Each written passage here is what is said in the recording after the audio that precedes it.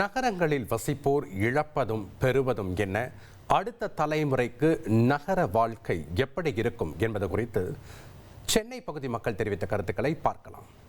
நகர வாழ்க்கைன்னா ரொம்ப வேகமான வாழ்க்கை. நாங்கள்லாம் கிராமத்தில் பிறந்து வளர்ந்தப்ப வாழ்க்கை மெதுவாக போச்சு. நல்ல சுற்றுச்சூழல் இருந்தது, நல்ல நண்பர்கள் இருந்தாங்க, நல்ல பண்பாடு, கலை, இலக்கியம் எல்லாம் இருந்தது. இப்போ அதையெல்லாம் இழந்துட்டோம். வாழ்க்கை ரொம்ப ஃபாஸ்ட்டாக ஆகிடுச்சு. முதல்ல நகர வாழ்க்கைன்னு எடுத்துக்கிட்டாலே ஒரு நல்ல குவாலிட்டியான எஜுகேஷன் கிடைக்குதுண்ணா. அதுக்கப்புறம் நல்ல ஒரு இன்ஃப்ராஸ்ட்ரக்சர்லாம் இருக்குது. நிறையா நம்மளுக்கு என்டர்டெயின்மெண்ட் பண்ணுறாங்க. நிறையா அதுக்கான வசதிலாம் நிறையா வந்துருச்சு. பட் அதே டிஸ்அட்வான்டேஜ்னு பார்த்தோன்னா இந்த மாதிரி என்விரான்மெண்டல் ரிலேட்டடாக ஏர் பொல்யூஷனு, வாட்டர் பொல்யூஷன் அந்த மாதிரி நிறையா இருக்குது. இங்கே தான் நாங்கள் படித்தா அப்படியே கூலி வேலை செஞ்சு அப்படியே கொத்த வேலை கற்றுக்கின்னு அப்படியே வாழ்த்தோம். இதெல்லாம் இழந்திருக்கீங்க. எதுவும் இழலாம், நல்லா தாங்க. அடுத்து வரக்கூடிய தலைமுறைக்கு நகர வாழ்க்கை எப்படி இருக்கும்?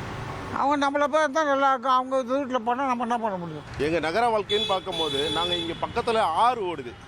அந்த ஆறு நாங்கள் ஒரு காலகட்டத்தில் நாங்கள் குடிக்கிறதுக்கே அதுலேருந்து தண்ணி எடுத்துகிட்டு வந்திருந்தோம். இப்போ அந்த ஆறு ஆறு கிடையாது, அது காவாவாயிடுச்சு. அது அந்த சைடு போனாலே ஆறு அந்த அளவுக்கு மெயினாக எங்கள் ஆதங்கம் அந்த ஆறெல்லாம் இப்படி ஆயிடுச்சின்னு நாங்கள் பெரிய இழப்பது எங்களுக்கு. இதெல்லாம் பெற்றீங்க. பெற்றதுன்னு சொல்ல போனால் இன்னும் அந்த அளவுக்கு இன்னும் இதுவாக பெற முடியல.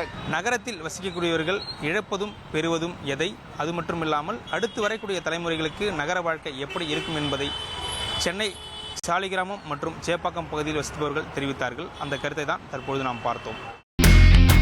இனி செல்லும் இடமெல்லாம் செய்தி. தந்தை டிவியின் வாட்ஸ்அப் சேனலை ஃபாலோ பண்ணினா செல்ல இருக்கும் இடமெல்லாம் செய்தி. இதோ QR கோட் இப்பவே ஸ்கேன் பண்ணுங்க, ஃபாலோ பண்ணுங்க.